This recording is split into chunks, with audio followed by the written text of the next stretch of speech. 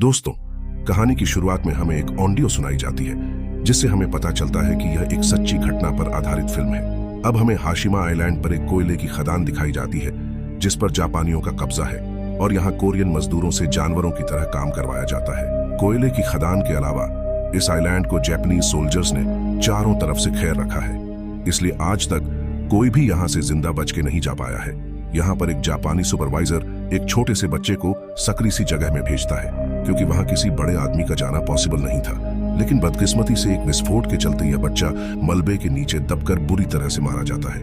ये देखकर सभी बहुत दुखी होते हैं और बच्चे को उसके परिवार के सुपुर्द कर दिया जाता है जो इसी माइंड में काम करता था। फिर सीन शिफ्ट होता है यून हक चुल नाम के एक आदमी पर जिसे कोरियन लोग अपना लीडर मानते हैं। यून के सामने 3 कोरियन लड़के बैठे हैं जिन्हें वह इस साइलेंट से भगाने की प्लानिंग कर रहा है ताकि किसी को मदद के लिए बुला सके। तीनों लड़के यून की बात मानकर रात के अंधेरे में यहाँ से भागने की कोशिश करते हैं, लेकिन अफसोस कि एक सोल्जर की नजर इनमें से एक लड़के पर पड़ जाती है और उसे वहीं पर शूट कर दिया जाता है। इधर ये दोनों लड़के समुद्र तक पहुंच चुके हैं, लेकिन तभी एक जहाज इन्हें भी पकड़ लेता है और ये दोनों भी मारे जाते हैं। अब सीन शिफ्ट होता है सीधा कोरिया में, जहां हम एक मासूम सी बच्ची सोही और उसके फादर ली कैंग ओके को देखते हैं जो एक पार्टी में नाच गाना कर रहे थे। असल में ली एक बैंड चलाता है और सोही भी अपने पिता के साथ इसी बैंड में काम करती है। ली एक खुश मिजाज बंदा है जिसकी म्यूजिक को यहाँ सभी बहुत एंजॉय कर रहे हैं। असल में यह वर्ल्ड वॉर 2 का समय है, इसलिए पार्टी में आए सभी लोग सेना में भर्ती होने के लिए जाने वाले हैं और यह उनके सम्मान में ऑर्गेनाइज की गई पार्टी है। लेकिन ली यहाँ ज्यादा देर तक रुक नहीं पाता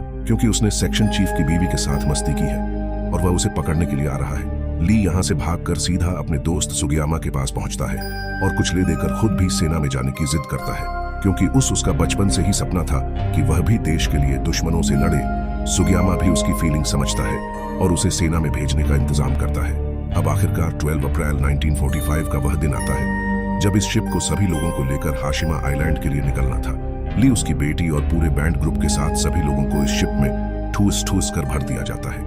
इन्हें देखकर ऐसा लग रहा था मानो सभी को जबरदस्ती शिप पर लाया गया हो। खैर, कुछ देर के बाद यह शिप एक जगह पर रुकती है जहां ली सुगियामा का लेटर दिखाते हुए सोल्जर से कहता है कि मुझे तुम्हारे लीडर से मिलना है। लेकिन सोल्जर एक क्रीपी सी स्माइल देकर इन सबको ले जाने का ऑर्डर देता है। तभी ली की नजर जमीन पर पड़े सुगियामा के अनगिनत लेटर्स पर पड़ती है और वह समझ जाता है कि उसके और इन सभी लोगों के साथ धोखा हुआ है। लेकिन वह कुछ करता इससे पहले इन सभी को ट्रेन में भरकर हाशिमा आइलैंड के लिए रवाना कर दिया जाता है। अड्डे पर पहुंचते ही जापानी सोल्जर्स इन सभी को बुरी तरह से पीटने को हल्ला शुरू हो जाता है। यहाँ पुरुषों को अलग और महिलाओं बच्चियों को अलग कर दिया जाता है। साथ ही एक बोर्ड पर बिठाकर सभी बच्चों और महिलाओं को सबसे दूर ले जाया जाता है।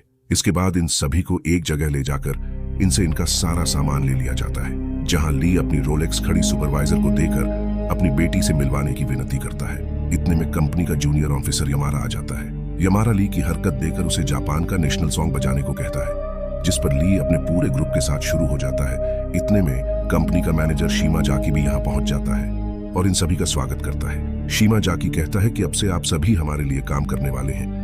इसके बाद सभी मजदूरों के कपड़े उतरवाकर उन्हें सैनिटाइज किया जाता है। साथ ही इन सभी का चेकअप किया जाता है कि कहीं किसी को कोई गंभीर बीमारी तो नहीं है। इसके बाद इनके हाथ में एक स्लिप थमाई जाती है जिस पर इनके खाने पीने से लेकर रहने तक के तमाम खर्च लिखे हुए थे, जिनका वजन अब यह कंपनी उठाने वाली है। लेकिन उसकी भरपाई इनकी पगार से की जाएगी और अगर किसी का महीने का खर्च ज्यादा हुआ तो उसकी भरपाई अगले महीने की सैलरी से की जाएगी। यानी साफ शब्दों में कहा जाए तो अब ये सभी कोरियंस जापानियों को गुलाम बना चुके हैं। दूसरी तरफ महिलाओं को कंफर्ट जोन में रखा गया है जहां वह जापानी सैनिकों को एंटरटेन करेंगे। यहीं हम 2 महिलाओं को बात करते हुए सुनते हैं, जिनमें से एक कह रही थी, चाहे कुछ भी हो लेकिन यहाँ तुम प्रेग्नेंट मत होना, क्योंकि लास्ट टाइम इन्होंने एक महिला का पेट फाड़कर उसके बच्चे को निकाल कर फेंक दिया था। इधर पगार से पैसे कटने के बाद भी मजदूरों को कीड़े मकड़ों वाला खाना दिया जा रहा है। अगले दिन इन सभी को माइन में मजदूरी के लिए भेज दिया जाता है। से मार रहा होता है। यह देखकर एक जापानी चोए, जो छोटा सा गैंगस्टर है, वह सुपरवाइजर से 2-2 हाथ करने का डिसाइड करता है। तभी अमाला भी यहाँ आ जाता है और चोए सुपरवाइजर को हराने के बाद मजदूरों का लीडर बनने का ऑफर देता है। यह माड़ा मान जाता है और चोए सुपरवाइजर को धोबी पछाड़ देकर मैदान से बाहर कर देता है और शर्त के मुताबिक मजदूरों का लीडर बन जाता है। हालांकि एक कोरियन यून कहता है कि ये एक जापानी है। लगता है इधर शीमा जाकी एक पार्टी ऑर्गेनाइज करता है जहां ली अपने बेटी और ग्रुप के साथ अपने म्यूजिक से सभी को एंटरटेन कर रहा है। इधर खदान नंबर 2 में चोए बाकी मजदूरों के साथ कोयला निकाल रहा था कि तभी एक भयंकर ब्लास्ट होता है और कोयले से भरी ट्रॉली धड़ाम से नीचे गिरती है।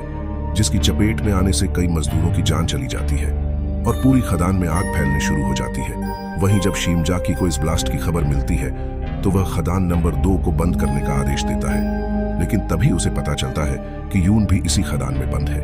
इसलिए वह कैसे भी करके यून को बाहर निकालने की ऑर्डर देता है, क्योंकि अगर उसे कुछ हो गया तो कोरियंस हड़ताल कर देंगे, क्योंकि यून ही कोरियंस का एकमात्र लीडर है। लेकिन सोल्जर की सारी कोशिशें नाकामयाब रहती हैं, पर अंदर फंसे मजदूर एक डायनामाइट ब्लास्ट करके खदान से बाहर आ जाते हैं। अब यून घायल हालत में सभी कोरियन मजदूरों के सामने आता है, जिसे देखकर सभी खुशी से झूम उठते हैं। इन मजदूरों में पार्क भी शामिल था, जो मौका मिलते ही यून के पास पहुंचता है। पार्क कहता है कि मुझे कोरिया ने तुम्हें यहां से निकालने के लिए भेजा है, लेकिन मुझे कोरियन शिप मंगवाने के लिए टेलीग्राफ चाहिए। इस पर यून टेलीग्राफ का इंतजाम करने की कोशिश में जो जुट जाता है, वहीं पार्क, जिसे पता था कि यह काम ली कर सकता है, वह ली के पास आता है और ऑफिसर के कमरे की चाबी मांगता है, क्योंकि उसके पास टेलीग्राफ है।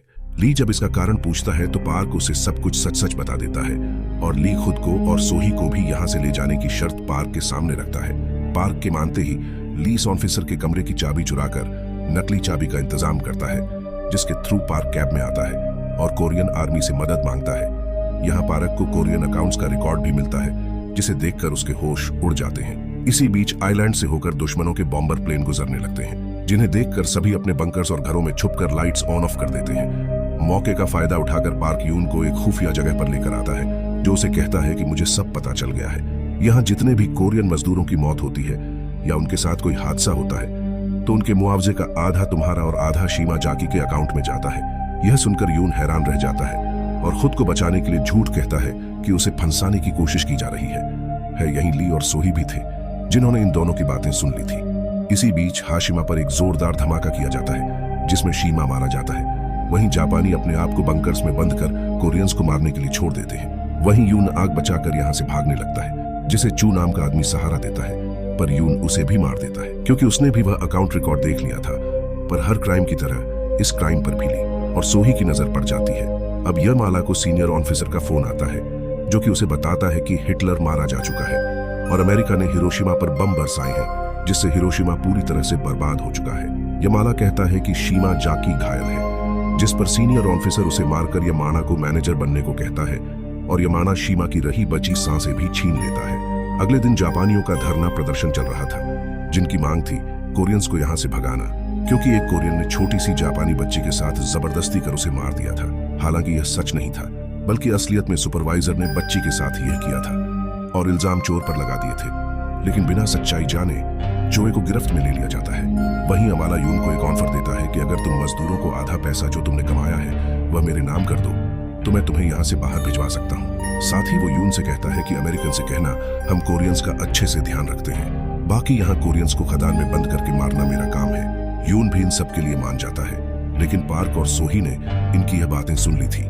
इसलिए जब यून कोरियन मजदूरों को अच्छे खाने और ज्यादा मजदूरी का पाठ पढ़ाता है तो पार्क ने बताता है कि यह झूठ बोल रहा है और लीव अकाउंट रिकॉर्ड दिखाता है। साथ ही सोही चू के मर्डर की बात कहती है, इसलिए सभी यून के खिलाफ हो जाते हैं और पार्क यहीं इसका गेम बजा देता है। साथ ही चोए को भी आजाद करवा लिया जाता है।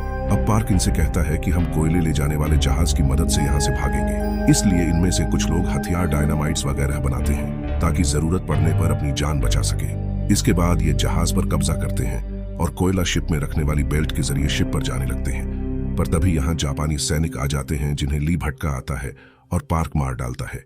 लेकिन 2 सैनिक और भी थे जिन्होंने इन सबको भागते हुए देखा था, इसलिए पार्क इन्हें भी मार डालता है। पर गोली की आवाज से पार्क को सब पता चल जाता है और वह सैनिकों को इनके पीछे लगा देता है। वहीं चोए कुछ साथियों के साथ इनसे लड़ने के लिए आता है, लेकिन वह रस्सी जिससे ये सब शिप पर चढ़ रहे थे वो टूट जाती है, इसलिए सभी एक साथ बेल्ट पर चढ़ने लगते हैं, जिस वजह से आधे तो शिप पर पहुंच जाते हैं, लेकिन आधे पानी और आधे उसी आइलैंड पर फंस जाते हैं। देखते ही देखते जैपनीज और कोरी इसके बीच एक भयंकर युद्ध शुरू हो जाता है। इधर ली बेल्ट उठाने की कोशिश करता है, लेकिन वह अकेला यह नहीं कर सकता था, इसलिए सोही और कुछ मजदूर उसकी मदद करने के लिए आते हैं। वहीं मेल को सुपरवाइजर की गोली लग जाती है और वह मारी जाती है। यह देखकर चोए बौखला जाता है और सुपरवाइजर की गर्दन तोड़ देता है। जय मेल के पास जा ही रहा था कि तभी उसे भी एक गोली लगती है, पर जैसे तैसे वह मेल के पास जाता है और दोनों मारे जाते हैं। इधर यमारा ली को शूट करता है, लेकिन बदले में ली भी उसे शूट करता है, पर यमारा सोही को बंदी बना आता है।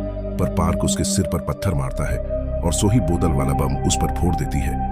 इसी के साथ यमाला मारा जाता है और पार्क कहता है कि शीमा, यमाला और सभी सुपरवाइजर्स मारे जा चुके हैं, इसलिए युद्ध यहीं पे खत्म होता है और अब हम सब वापस जा रहे हैं। इसके बाद सभी शिप पर चढ़ते हैं और वापस जाने लगते हैं, लेकिन यहाँ ली की हालत बहुत खराब थी, इसलिए वह सोही की जिम्मेदारी पार्क को सौंप है और हमेशा हमेशा के लिए इस दुनिया से अलविदा कह देता है। सोही बहुत रोती है और आखिर में हम देखते हैं कि नागासाकी पर अमेरिका की तरफ से परमाणु हमला हुआ है, जिसका धमाका आग की लपटें इनके सामने थे। और इसी के साथ ये मूवी यहीं पर खत्म हो जाती है। तो दोस्तों, कैसी लगी कोरियंस पर ढाए गए अत्याचार की ये मूवी? कमेंट सेक्शन में जरूर बताएं। वीडियो अच्छी लगी हो तो लाइक और शेयर करें। एंड मूवीपुर चैनल को सब्सक्राइब करके बेल आइकॉन प्रेस करना ना भूलें। मिलते हैं आपसे अगली वीडियो में। Till then bye.